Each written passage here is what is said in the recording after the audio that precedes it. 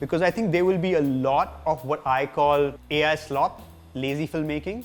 Let's say a younger filmmaker has the vision of Mr. Sir Rajamouli sir, but he has written something which is phenomenal. Let's say this person is 28, 30 years old. Chances are he would probably take another decade to prove himself on smaller budget films to get the resources to make something like that. I think a lazy use of AI is what influencers, we are already seeing UGC product, influencer products. That is going to be lazy use. We are in such early stages of AI that there is a lot of AI skepticism and also what I would call AI phobia. It's like Photoshop. I don't use Photoshop, but I understand what it does. Same thing with CG and VFX. I can't do VFX, but when I go on a movie set, I understand what a chroma is needed for. I know I need to take multiple plates. Hello, I'm Shakun Batra. I'm a filmmaker and I'm here to talk with IMDb about AI in filmmaking and how to get started. Where did the idea of the Getaway Car come from? I was recently working on a script that had a couple of stunt sequences, and I think when I started talking to my friends and people that I know, and they were like, but you've never done stunts, are you excited about it, what are you doing about it? And I kind of felt a little bit of an apprehension in that. I was aware I hadn't ever really done one, so it really first started with me trying to find a storyboard of what I would do, and I think I'd played with some early video generation models. And then sometime in Jan, I was doing a commercial on which I actually went on set, built this big set, took a shot, and then I built the same shot because I'd shot it, so I knew I was safe. And I built the same shot in AI. And the client actually took the AI shot and did not take the shot that I had made. And that's when it really moved the needle for me. And I was like, oh, it's not the same anymore. In that moment, I also had this feeling of failure as a creator, because I felt like I had shot something which wasn't good enough to beat AI, but it was also funnily a win, because I could finally create a result that actually fit in the edit perfectly and you could not tell. And that's when I was like, this is a great marriage. Something that's really hard, something that I had to build a big set for, I could do that in AI, and actually I could reduce my cost going forward and be able to still achieve the same scale. Once I knew that, I started trying to board car chase. And honestly, I never thought I'll finish it. I just thought it'll be fun exercise for me to try. Then I generated a couple of videos and shots. I actually first just to have fun with everyone was doing animal videos. I just wanted a chimp driving a car. I did that and I thought the car looked pretty good and the physics of the car was quite believable. And then I was like, you know what, let me put a human being in the car. And then it went from there to prompting further. And after 2 or 3 days, once I started seeing my results, why don't I just make a few shots that will go together? Before I knew it, I got addicted and I was like, okay, if I was going to do a car chase sequences and if I had all the resources, what would it look like? And then I think I, for the first time, sat in a director's chair with an AI tool and I was like, now I want to control everything. I want to control lighting, I want to control consistency, I want to control location, I want to control how the camera moves. Then I went more and more in specific and got more and more challenging. And it went a lot back and forth. And I think I showed some early results to the Google team because I shoot commercials for them and I knew a few people there. They reacted really well and they said, you know, these are really good results, let's talk more. And then they were like, hey, let's collaborate, let's, you know, do something together. And it was really good conversations back and forth and I just built. And it turned out to be a lot of fun. How can film professionals use AI to their advantage? So I think everybody in the industry understands that to make something of scale, you need a certain amount of a budget. And to get that budget, you need an actor who is, you know, gets that kind of recovery on screen. So it's very hard to take a slightly younger actor for a budget that, you know, a much bigger star would get. And these projects generally get stuck in a bottleneck. And I think now, when the budget can come down drastically, producers and studios will be willing to take these chances with younger stars.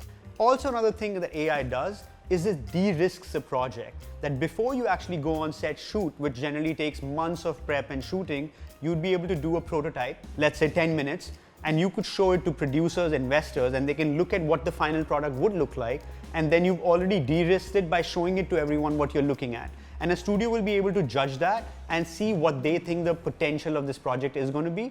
Because otherwise, sometimes the movie is either in director's head or it's on page, right? But now you're actually going to be able to very much feel, see, get stimulated by what the final creation would be. Not to a previous state, but almost to a final stage. So I think it kind of brings a new pipeline into the studio system that would actually allow for more movies to get made. Having said that, I'm not taking away from the fear that is real about AI taking jobs. I think when I did the car chase sequence, in a real world, I would go out there with a much bigger crew. You know, I'll have a DOP, production designer, production support. I would need to block off streets. I would need multiple stunt teams. I will need a B unit team. And when I was making the car chase sequence, a part of me had that guilt. Is this me taking away those jobs? And there is this kind of dissonance and guilt that you feel sometimes when you're doing that. The other way you have to sometimes look at it is that I would never actually in real life get the budget to do the car chase that I did. So in reality, this would not even exist if it wasn't for AI. So I think for every artist, every studio going forward, there will be a conundrum. There will be this challenge of consciously understanding your relationship with AI and how do you want to use AI. Because I think there will be a lot of what I call AI slop, lazy filmmaking. A lot of people will use it for easy creation or just to make something faster. But I think the real beauty and the real advantage of AI is to actually build things which is much harder otherwise. Think of it as great VFX that you could not do on set, right? You could not call 50,000 people on set, so you start with 500 and you do a multiplication. That's good use of VFX to give scale. And I think similarly, artists, creators will have to have this very conscious decision, and I think it will be an individual or a company decision for them to realize when they are using it ethically and for the right reasons and when it is not. Let's say a younger filmmaker has the vision of Mr. Sir Rajamouli sir, but he has written something which is phenomenal. Let's say this person is 28, 30 years old. Chances are he would probably take another decade to prove himself on smaller budget films to get the resources to make something like that. But he has the vision, you can see it on the page. For someone like him, this is really great use of AI for him to go out and make a 10-minuter and then get a studio for him to actually expand that much bigger. I think that would be a great use of AI. I think a lazy use of AI is what influencers, we are already seeing UGC product, influencer products. That is going to be lazy use. Or I think right now it looks cute, all the animal videos, animal talking, and yes, it gets you a certain traction, it gets you a certain number of hits, but that's not what I'm personally as a filmmaker interested in beyond a point. I think it's fun, but my vision, I think with the company that we're building, Jauska AI, is actually to go out there and try out cinematic ideas that were otherwise much harder for us or would have been almost impossible for us to do. So we are really currently trying to push ourselves and actually try and be able to control our tools in AI. So we still want our fingerprints on the creation that we are doing. We still want our voice in the creation we are doing. So it's the relationship that we are trying to build with AI where we still build things that feel personal to us and still figuring out workflows where we still work with actors, we still work with real collaborators and then enhance and build something much bigger with help of AI. How will AI impact the film industry and who should prioritize its use? So think of it as Logic Pro. What Logic Pro did to music industry when it was in big studios, you needed the full orchestra, you needed the singers to come at the same time with the orchestra, how that just went away and you now have musicians with one laptop and a keyboard and they can make it sound like a big orchestra was in the room. Same thing is going to happen with movies over the next few years. It means things that were previously took crores and crores of rupees would be accessible to even a younger filmmaker, do from laptops and machines. As I see the progress and as I see what is possible, it's gonna impact industry top to down, whether you are a creator or you are a studio. And it's the same thing with what happened as I just discussed about music industry. Suddenly you had independent artists who could go directly to a streamer and they did not need a big label because you could create something that did not need a lot of money and you could do it from home. And I think there will be a parallel industry that will build of creators that would do that would build stuff which would look of a certain quality and scale, but they probably go straight to YouTube. And at the same time, for studios, it would be really easy to take those projects that have been stuck in the pipeline because of budget reasons, and we know in this industry, you only get budgets when you have a certain level of a star. Those projects will become easier to make because the budgets will come down. In an ideal world, the traditional and AI shall meet. We should be able to work with actors and performers and enhance the world that we are shooting and build something bigger with that. I think there will be a need for smaller training programs for studios and creators. We are very keen at Jauska to be part of those conversations and build kind of smaller, easier workflows for people to try and experiment with. How can new filmmakers get started with AI? I think one of the things that I'm speaking to a bunch of filmmakers or young filmmakers about, I think they straight away want to jump in and do something very ambitious. What happens in that case, you fail very soon and you don't see any reward and you leave. Whereas I realized that I was going to make something, I was just having fun with the tools. And I think start with image generation, it's easy. Multiple tools out there, free ones, you just create images, enhance images, create worlds that you like. It's very easy to then take those images into video generation and create videos. Obviously there's Google Veo 3. There are other video generation models that are free. Just have fun, just create those things. Let your imagination have fun, just go wild, try things. You're not always supposed to get a good result. I think with AI generation, you have to realize that it takes time to get your controls fully in your grip. So take time with that and play with one element at a time. First play with the image, then play with just creating videos, then play with how you want to control the lighting, then play with blocking, then you play with camera control. And once you feel like you've got a good handle on it, then you try all of it together. I think it's not that hard anymore. I think it's honestly quite easy now. If you are willing to sit down and give it time and some patience, I think it's an easy thing to pick up. What AI tools do you use and recommend for image and video generation? So the car chase sequence is entirely done on Google Veo 3. They are releasing something called the Flow. Flow also has an image generation model called Whisk. But I think if you just want to try different tools, Midjourney is always been, I think, the go-to tool for everyone for image generation. Now they've also extended it to video. There is a preset tool which is easy to have fun with called Higgsfield. There's Hagen, where you can create your own avatar and you can build stuff around that. And I think for sound, you have 11 Labs, you have Suno. And I think these are I would say, a good beginner level set to play and try. I think Sora comes with ChatGPT. So it's also, I think, free of cost if you are subscribed to ChatGPT. And there's Runway that's now building much bigger tools. So I think one of the challenges in the space of AI is what data is the model trained on that we are using to generate our videos and images and the lines of plagiarism. And in that conversation, one of the most important players is a new model called Moon Valley Mari Asteria. And that company is now individually training their model on licensed footage. So they are going to ask artists licensing their footage to train the data on which you create your images. That is a very clean AI usage where everyone understands that everybody who's part of the process is getting a licensing fee. Just like music and royalties, hopefully in the long run, that could be a system that I think the industry agrees to work with, and we all work in a way where everyone gets royalty and licensing fees as we use their data.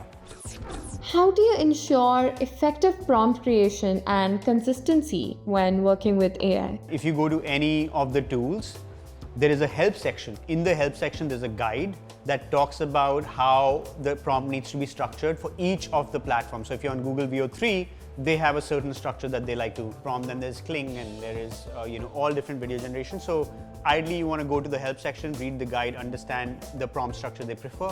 Secondly, I think there are 5 elements that you need to put in.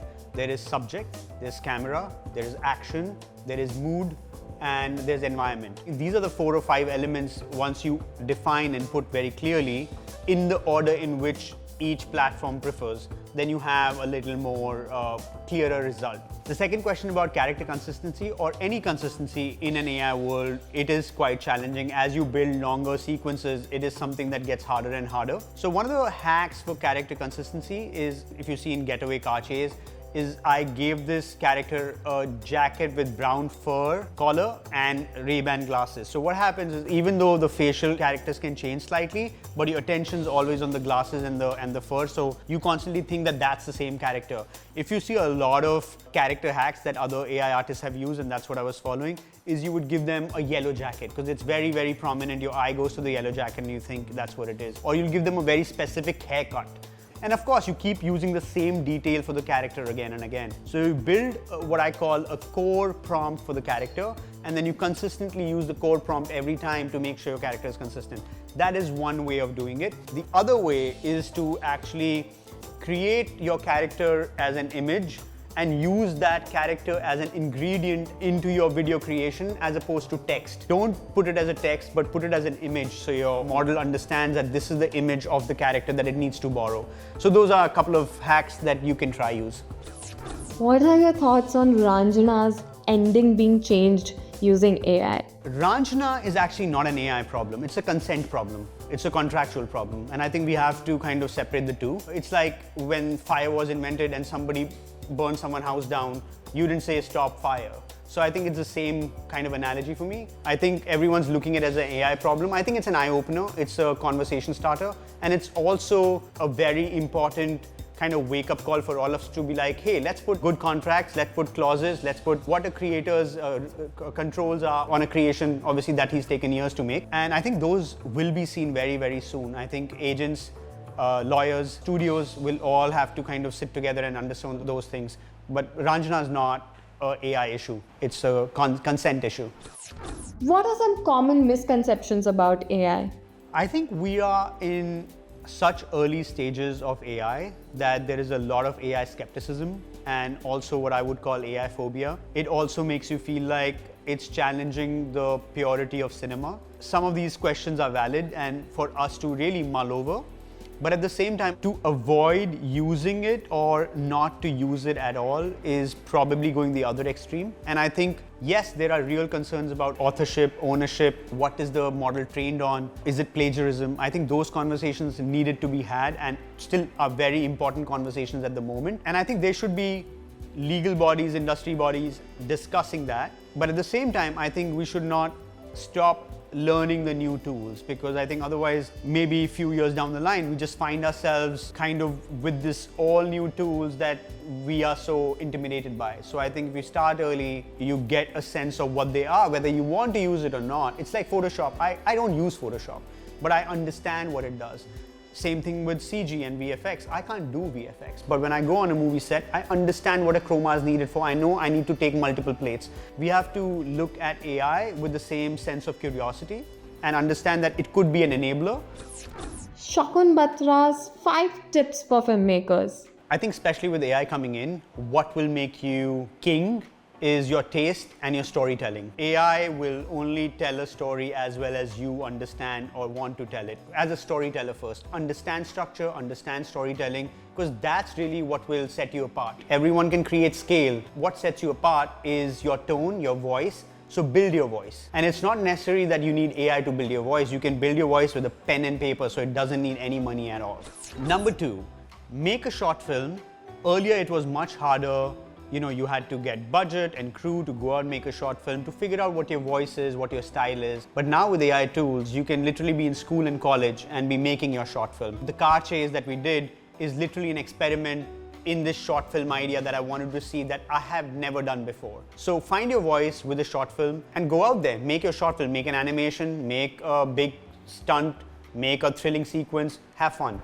Number 3, I think as AI brings all tools together, it's also important for you to have an understanding of different aspects of filmmaking. So understand writing, understand music, understand visual creation, because your prompts are only as good as you know each tool to be. So if you understand camera and lenses, it'll make your image generation better. So do go into each aspect of filmmaking and try to hone your skills on each of those aspects before you jump into AI. Because AI is going to start looking very generic if you do not know how you want to use every aspect. Number 4, do not fall into the trap of echo chambers. I think currently the industry is going through a phase. There's this kind of template assembly line production of what's working, But I think with new tools, you can actually go out and create something very original without needing the resources that you need. So do not give up on your voice, stick to it.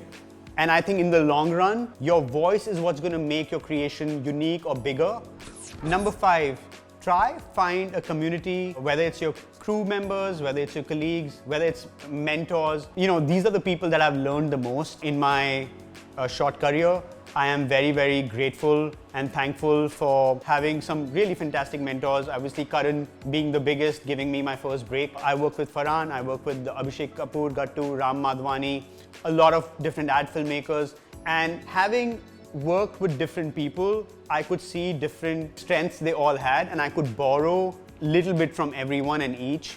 And I think that kind of made me who I am today. You can still have your voice, but it's very important to learn from somebody who's been on the path before. It really helps to see how they did it. And it also kind of gives you a sense of confidence that you can see that someone before you been through the similar journey and challenges. So it kind of helps you stay focused. So yeah, I think stay open, stay curious, stay inspired, figure out your inspiration, and do not lower the benchmark for your inspiration. Constantly look forward, dig deeper to find material that inspires you, and always try to see what can you do, that could get you to an idea of a creation that could be hopefully inspiring for someone else. Thank you, IMDb. I hope I was able to give you a few insights into AI, and I hope this encourages a few new filmmakers to try the tools and make something cool. If you make something cool, please send it to us.